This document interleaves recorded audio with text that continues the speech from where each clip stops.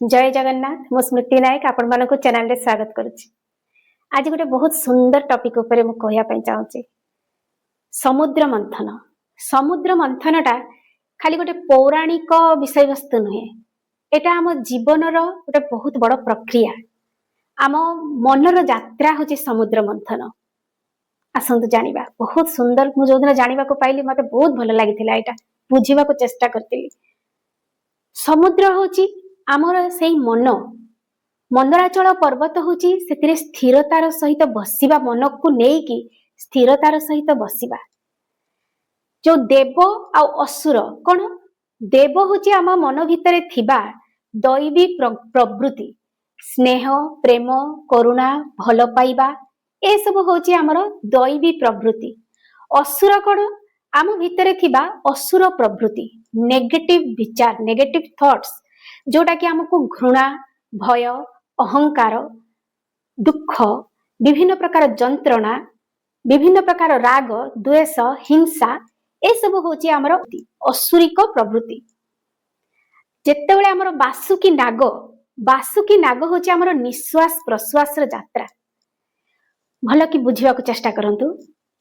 मनरूपी समुद्र रे मंदराचल पर्वत को माने स्थिरतार सहित देव और असुर माने पॉजिटिव विचार, नेगेटिव विचार को नहीं कि बासुकी नाग होची हमर निश्वास प्रश्वास सहित जेतेबेले जोर करी ताकू मंथन चले, मनर समुद्र रे जेतेबेले मंथन हुए निश्वास प्रश्वास माध्यम रे, बासुकी नागटा तो एमिति एमिति हेउथला ना।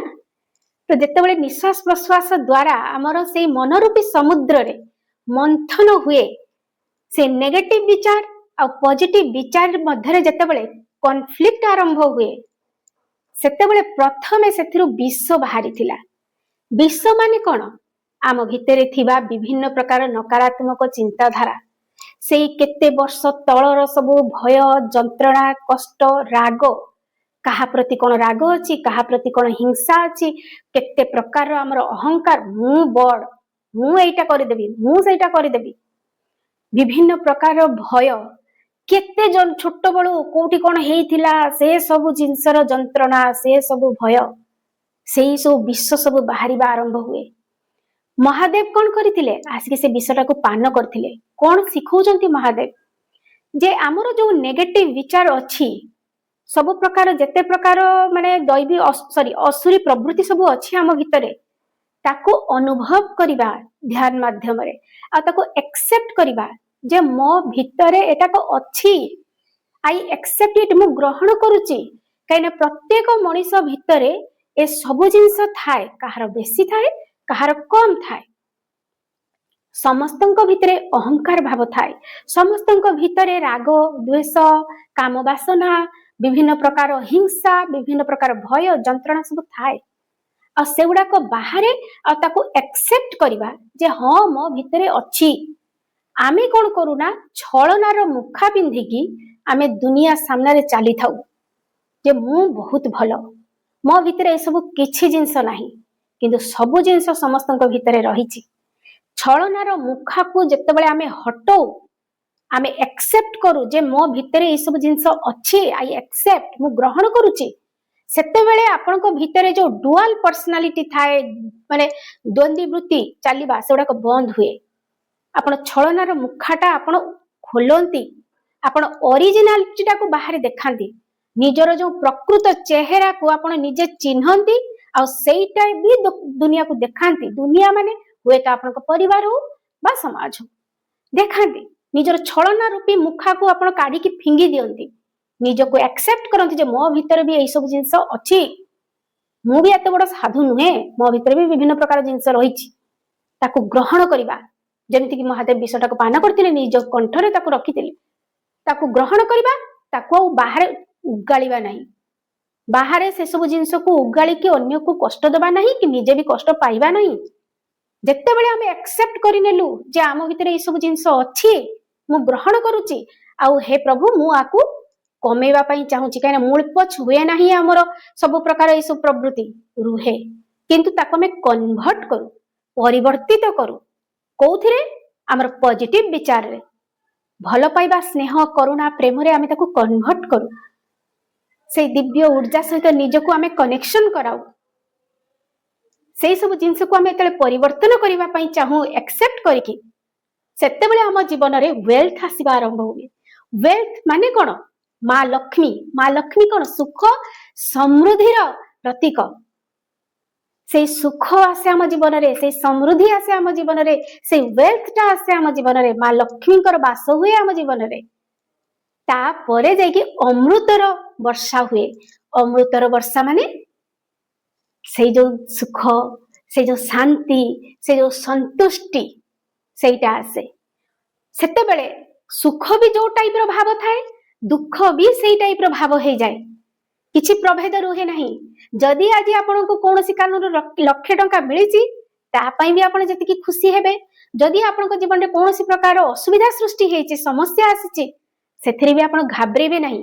सेथिरे भी आपन चिंता करिबे जे ना जदि आसीछि ताको भी हमें समाधान करि परिबा। टाइम लागि पारे किंतु समाधान निश्चित भाबरे हबो काइना मो पाखरे गोटे अस्त्र अछि से ईश्वरंकर आशीर्वाद मो पाखरे अछि से ध्यान रो अस्त्र मो पाखरे अछि। मु निजको शांति रे सहित स्थिरतार सहित निज समस्या को समाधान करि परिबा कैपेसिटी मो भितर अछि। ए अनुभवटा सेतबेले हुए सेतबेले सुख आ दुख दुईटा जाक समान हो जाए ना बेसी खुशी मनुष्य को हुए ना बेसी दुख रे एकदम माने जर्जरित हो जाए ना एई भलिया अमृतर वर्षा आम उपरे हवा आरंभ हुए। से सुख संतुष्टि से दिव्य ऊर्जार वर्षा आम उपरे हवा आरंभ हुए अमृतर वर्षा सेटा को प्रायतः लोक निज जीवन प्रायतः लोक आम जदि निज जीवन रे कंटिन्यूटी रखिकी चलिले से अमृतर वर्षा को शेष से एनलाइटमेंट रे कन्वर्ट हो जाए जोटा बुद्धदेवंकर होइतिला। बहुत एमती ऋषि अछंती योगी अछंती जो माने एनलाइटेंड हिचंती से अमृतर वर्षा सेतबेले सेमानक जीवन रे आसीबा आरंभ हो गेला। सेमानक किछि भी जिंस हलै पारलानी दोहलै पारला नहीं। सेतबेले सेमाने केवल से भगवान को नाम रे निज भितरे से शांति सुख को अनुभव करबा को आरंभ कले। तांको कोनोसी बाहर किछि जिंसर आवश्यकता पड़ला नहीं जे मो पाखरे एते बड़ घर हेले मो सुख समृद्धि माने खुशी रे रहिबी केटा हेले सेटा हेले मते बहुत किछि खुशी मिल जिवो काहेना से परिवार ठु दूर रे थिले।